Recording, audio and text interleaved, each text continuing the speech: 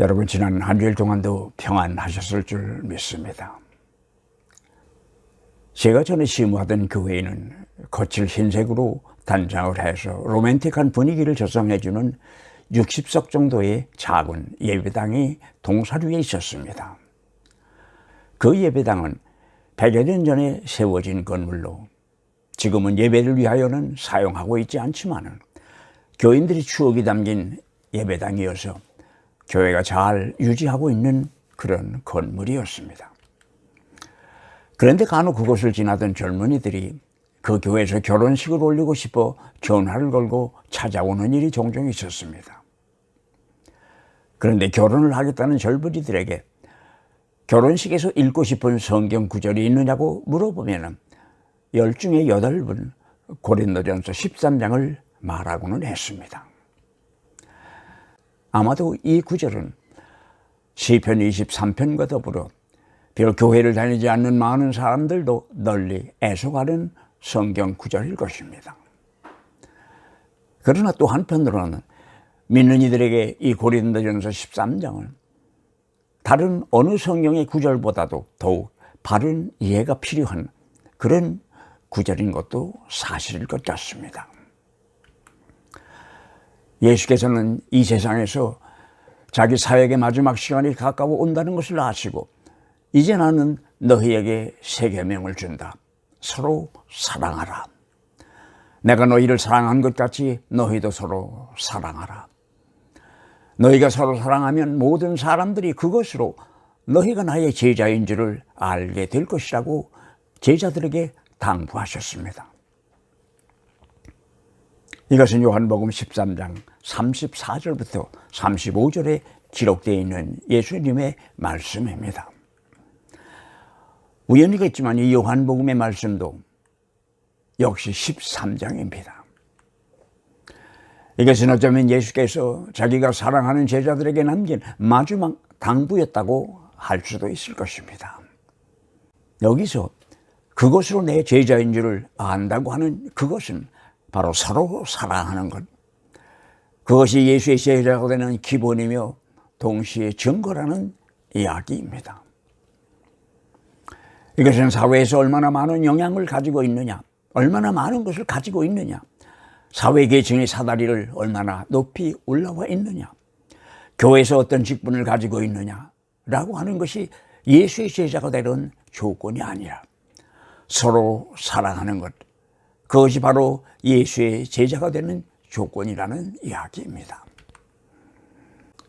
사도 바울은 고린도전서 13장에서 예수의 가르침을 바탕으로 하여서 교회의 핵심은 사랑을 한 폭의 시에 담아서 사람들에게 들려주고 있다는 생각을 하게 만듭니다. 요새 일상생활에서는 이 사랑이라고 하는 단어가 너무 자주 쓰이게 되어서 예수께서 말씀하시는 그 원래의 뜻을 쉽게 잃어버린 것 같다는 안타까운 생각마저 들 때도 있습니다. 지금부터 50여 년 전만 해도 얼굴을 붉히지 않고는 쉽게 입에 담기가 어려웠던 어휘가 바로 이 사랑이라는 단어였습니다. 그러나 근래에 와서는 서양 문명의 영향 때문인지는 몰라도 별 생각 없이도 사용하는 생활용어의 일부가 되어버린 것 같습니다. 하기야 나는 서울 거리에 나붙어 있는 김밥 사랑이라는 문구도 보았습니다. 나는 그게 무엇을 이야기하려는 것인지 얼른 이해가 되지를 않았습니다. 물론 신약 성서가 쓰여진 고대 실화본은 우리가 일상생활에서 사랑이라고 표현하는 개념을 위하여 3개의 단어가 별도로 사용되었다고 합니다. 친구 간의 사랑이라고 할 수 있는 필로와 정욕적인 남녀 간의 사랑이라고 할 수 있는 엘로스, 그리고 예수의 사랑과 같은 파괴적인 사랑, 아가페가 바로 그것입니다. 그런데 신약성서에서 사용하고 있는 사랑이라고 하는 단어는 이 셋 중에서 아가페라고 하는 단어가 거의 전부를 차지하고 있습니다.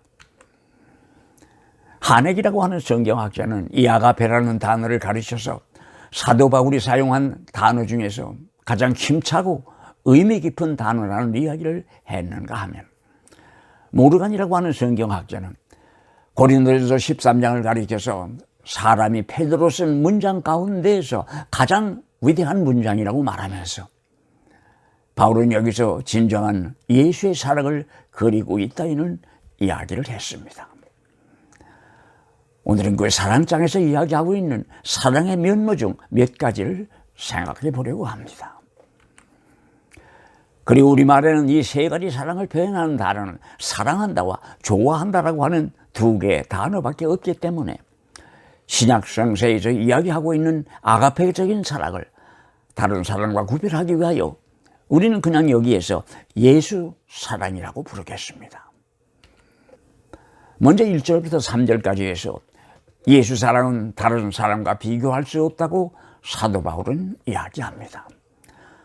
사랑은 예수 가르침의 핵심이요 하나님 나라의 운행 원리입니다. 당시 고린도 교회의 교인들은 말 잘하는 은사, 예언하는 은사, 이직을 행하는 은사, 남에게 자선을 베푸는 은사, 그리고 박해를 이겨가며 순교로도 할 수 있는 은사를 그리스도인이 가질 수 있는 최대의 은사로 여겼습니다. 그러나 바울은 이 5가지를 다 갖추었다 하더라도 예수 사랑이 없으면 아무것도 아니라는 말로 못을 받고 있습니다. 오늘의 교회가 그 영적인 힘을 잃어가고 있는 것은 교회가 물질적인 풍요와 사회적인 영향력을 얻으면서부터 예수 사랑을 잃어가고 있기 때문입니다. 인생에서 사랑이라고 하는 것을 빼고 나면 인생은 메마른 고목에 지나지 않으며 아무리 달콤한 능변도 사랑이 없으면 아무런 뜻을 전달하지 못한다고 했습니다. 교회에서 예수의 사랑을 뺀다면 아마도 교회는 하나의 추잡한 인간 집단으로 전락될 수도 있을 것입니다. 사랑은 그 무엇으로도 대신할 수 없다는 것입니다. 1950년대에 시작해서 1990년 초에 정점에 달했던 한국 교회 성장도 이제는 그 트렌드가 아래로 향하고 있다는 것은 우리가 다 아는 사실입니다. 그렇다면 그 반세기 동안 한국 교회가 부르짖었던 것이 무엇이었습니까? 불행하게도 복이라고 하는 단어였습니다. 그리고 신약 성서에서 말하는 복은 분명히 영적인 복으로 시작을 했는데 결국에 가서 우리는 그 숭고한 영적인 축복을 물질적인 복으로 바꾸어 버리지 않았습니까? 우리가 아무리 듣기 거북하다 하더라도 이것이 바로 우리 한국 교회의 현 주소라는 것을 명심해야 합니다. 한국 교회는 복에서 예수 사랑으로 그 톤을 바꾸어 다시 태어나야 한다는 것입니다. 거기에 있는 한국 사람들의 교회도 결국은 그 틀에서 자유로울 수는 없을 것입니다. 4절부터 7절까지 해서 예수 사랑은 무조건적이라고 바울은 말합니다. 퍼주고 또 퍼주어도 마르지 않는 것이 예수 사랑이라는 것입니다. 그리고 어제와 오늘의 사랑이 다르지 않고 내일의 사랑도 오늘의 사랑과 달라서는 안 된다는 것이 바로 예수의 사랑입니다.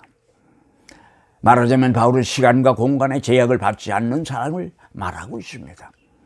계산하지 않는 사랑입니다. 그런 사랑을 뽐낼 수도 없고 그로 인하여 교만할 수도 없습니다. 그리고 예수 사랑은 생각하고 사모하며 이리 재고 저리 재는 그런 사랑이 아닙니다. 바로 행동으로 옮겨지는 사랑입니다. 어떤 사람이 쓴 것을 제가 번역해 보았습니다. 아마 여러분께서도 어디서인가 들어보신 것 같은 나적은 표현일 것입니다. 내가 배고플 때에 너는 자선단체를 만들어 내 배고픔에 대하여 토론하였고, 내가 감옥에 갇혔을 때 너는 조용히 교회에 엎드려서 내가 풀려나게 해달라고 기도하였고, 내가 헐 벗었을 때 내 벗은 꼴이 너희 아이들 교육상 좋지 않다면서 상을 찌푸렸고, 내가 외로울 때 너는 나를 위하여 기도한다고 나를 홀려 버려두었다. 그래서 너는 하나님께 더 가까이 갈 수 있어서 더 성스럽게 될 수 있었는지는 몰라도 나는 아직도 외롭고 배고프고 그리고 춥구나. 그런데 그 예수 사랑이라고 하는 것은 배우는 것입니다. 예수 사랑은 하늘에서 하루아침에 뚝 하고 떨어지는 것이 아닙니다. 우리 일상생활 속에서 사랑이 승화될 때 그게 바로 예수 사랑이 되는 것입니다. 그러니 교회의 역할은 교인들로 하여금 사랑을 배울 수 있는 장소가 되어야 할 것입니다. 제가 심호하던 크록슨 교회에서는 매주 수요일이 되면 교회 주변에 살고 있는 유치원에 다니기 전에 동네 아이들과 그 부모들이 한 150명 정도 모였습니다. 그리고 우리 교회 교인들은 집에서 맛있는 간식을 만들어다가 그 사람들을 대접했습니다. 물론 모든 것은 무료였습니다. 그러면 그들은 신나게 교육관의 넓은 공간에서 뛰기도 하고 마음대로 소리를 지르기도 했습니다. 이 프로그램은 내가 그 교회에 부임하기 전부터 매주 수요일에 진행해 오던 것이었습니다. 그런데 내가 부임한 후에 가만히 쳐다보니 교인들이 이런 일을 하는 것은 사회 봉사적인 차원에서 좀 심하게 이야기한다면 나도 남을 위하여 무엇인가 한다는 자기 만족 같은 것 때문이라는 것을 알게 되었습니다. 자기들이 하는 봉사에 대하여는 대단한 자부심과 만족감을 갖지만 정작 거기에 나오는 어린아이들에게 대하여는 별 관심이 있는 것 같아 보이지를 않았습니다. 그래서 나는 이 수요일 아침 시간을 우리 교인들이 사랑을 배우는 훈련장으로 만들어야 되겠다는 생각을 했습니다. 왜냐하면 예수 사랑은 배워야 하는 것이고 그리고 배우기 위하여는 연습이 필요하기 때문입니다. 그래서 수요일 아침이면 목사님 내가 하는 일은 어린아이들과 공치기도 하고 안아주기도 하고 같이 어울려서 놀아주는 것이었습니다. 그래서 내 아이가 아닌 남의 아이들도 살아가는 법을 배우고 그것을 교인들에게 보여주는 것이었습니다. 그러기는 한 1년쯤 하고 나니 전에는 그저 남에게 봉사하는 것으로 만족하던 교인들도 아이들이나 부모들과 어울려 이야기도 하고 웃음의 꽃을 피울 줄 알게 되었습니다. 예수 사랑은 배우는 것이고 연습이 필요하기 때문에 우리 교회의 이 수요일 아침 프로그램의 중요성은 주일날 예배 시간에 설교에 못지않게 중요하다는 생각을 했습니다.